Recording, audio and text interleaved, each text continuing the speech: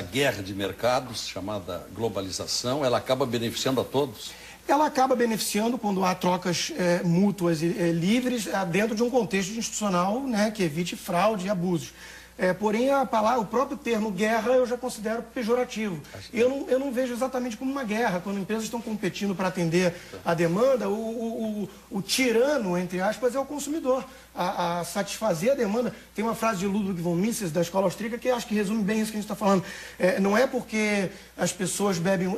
existem destilarias que as pessoas bebem uísque. É porque as pessoas bebem uísque que existem destilarias. Quer dizer, primeiro vem uma demanda. Depois as pessoas têm que competir no livre mercado para atender essa demanda. Não é mais moderno esse raciocínio.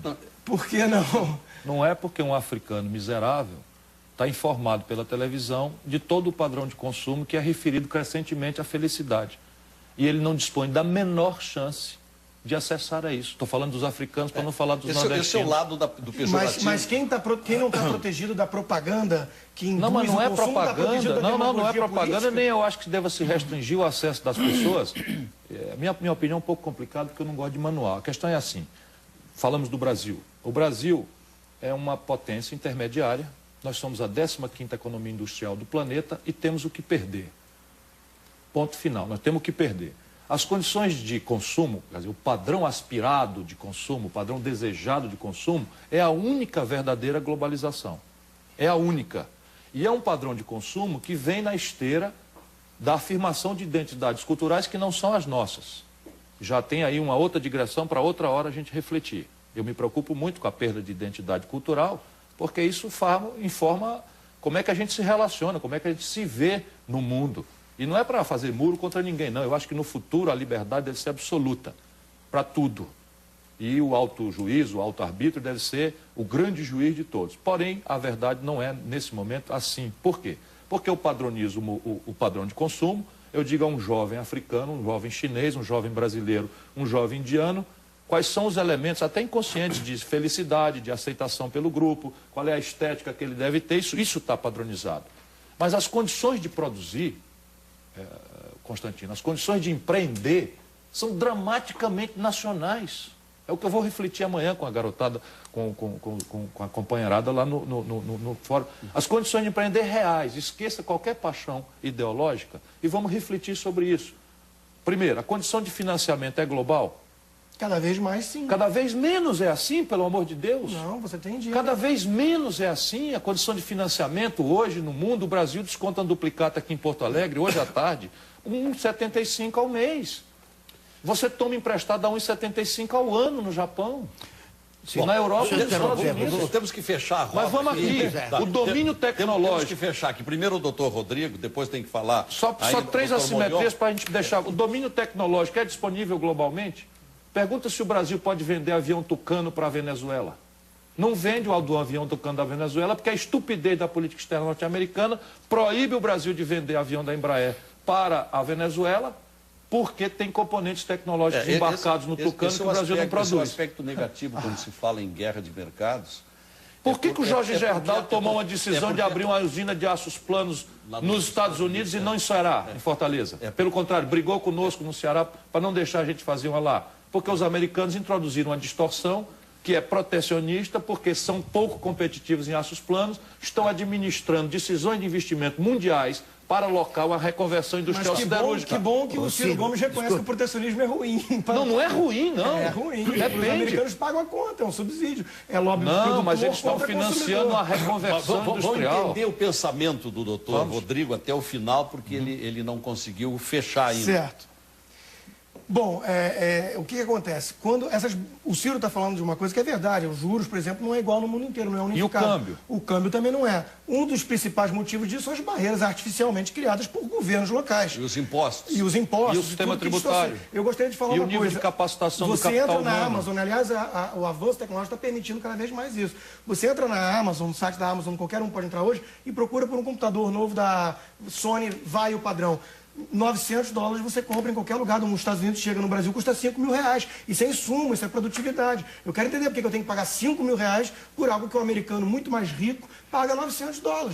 A culpa é do governo. Porque nós temos governo. Nós temos governo demais. Então, como é que você pode falar que a globalização é prejudicial nesse sentido? O que é prejudicial são as barreiras que não permitem chegar funding barato no Brasil através de venture capitals e hedge funds e empresas. Muito bem. O senhor vai começar o próximo bloco. O senhor foi muito entrecortado. E os Estados Unidos também têm governo, viu, Ciro?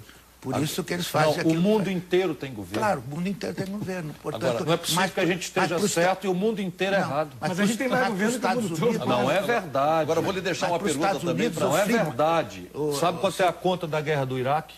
Sabe quanto é a conta? Já atualizada, $1 trilhão. Pois é, agora... Por aí. Bom, $1 trilhão. É que o free market significa uma coisa para os Estados Unidos, para os americanos. Sim, mas pendurado no céu. E para nós, outra coisa. Ah, claro. Agora, para nós incluir, doutor Rodrigo... É disso que eu estou tratando. Para começar daqui a pouquinho... Tem uma expressão assim, pendurado na brocha, né? O cara está pintando, você tira a escada e ele fica pendurado na brocha. Né? O senhor tocou muito de passagem a questão da capacitação. No Brasil nós temos uma desigualdade de um abismo, né? Posso te dar um númerozinho? Estou ficando chato. Sabe quanto é a matrícula no ensino superior público brasileiro? 6 de cada 100 garotos de 18 a 25 anos. 6. Cuba tem 48, sabe? Doutrinados, né? Cuba não pode nem pensar. Peraí, doutor, não põe a palavra na minha boca. Estou falando o seguinte. Não, eu estou falando que são Cuba, um doutrinados. país miserável, que tem um regime deplorável, se quer que eu fale mal, Cuba consegue, num regime deplorável, numa economia ridícula, botar 48 de cada 100 dos seus garotos em nível superior. O Brasil bota 6. Bom, desculpe, Ciro. Olha, E acha que está gastando demais o Brasil. Ciro, pera um pouquinho. Tem governo demais. Ciro, você é muito inteligente, tudo, eu admiro, gosto de você, etc, etc, etc. Só que, por favor, não use comparação num país socialista... Não, então eu vou falar com a França. Tá bom, mesmo... Que aí dá 80. Aí o cara diz assim, mas a França também... Também é socialista. Agora, vamos dizer... A França é socialista também. Claro, você sabe disso. Bom, mas eu queria deixar uma pergunta para o doutor. Eu sou socialista. Não, deixa eu terminar a frase apenas. Termine. No socialismo não existe o sinal de preços do mercado, não existe. Impede cálculo racional. Então, lá na China, hoje estamos falando aí mesmo aí no fórum, né? Os chineses estão vindo aí brutalmente, porque eles não têm encargos sociais, não tem isso, não tem nada, eles não têm salários, os salários são ínfimos, né? Quase gratuitos, porque existe escravos, são escravos. Agora, um dia eles vão passar a ter salário, e um dia vão ter mais dificuldade para coisa. Mas hoje não tem. Em Cuba não existe preço. O sinal de preços do mercado não existe num país socialista. No socialismo não existe esse troço que nós chamamos de preço. Cubano, não. Em relação à desigualdade, eu colocaria só uma coisa. Primeiro, eu não vejo nenhum problema em si com a desigualdade, no sentido de que a riqueza não é um bolo fixo, não é um jogo de soma zero. Para alguém ficar mais rico, não tem que o outro ficar mais pobre. O Michael Dell, quando criou lá com $1.000 a empresa dele, a Dell, ele ficou bilionário porque ele pôde vender um produto mais barato que gerou valor. Há poucos dias saiu uma matéria na revista, na Veja, dizendo que o que predomina no Brasil é a classe C. Ora, isso é muito pouco. A nossa gente tem pouca capacitação para o trabalho. Então, se não consegue alcançar, acompanhar a evolução dos mais adiantados, o que vai acontecendo com a nossa gente? Caindo na marginalidade ou na criminalidade, certo, que é o que está acontecendo em grande número. Faltou oportunidade de emprego. Doutor Molion, o senhor é do ramo da climatologia, meio ambiente, e tudo isso tem a ver com economia. Boa noite.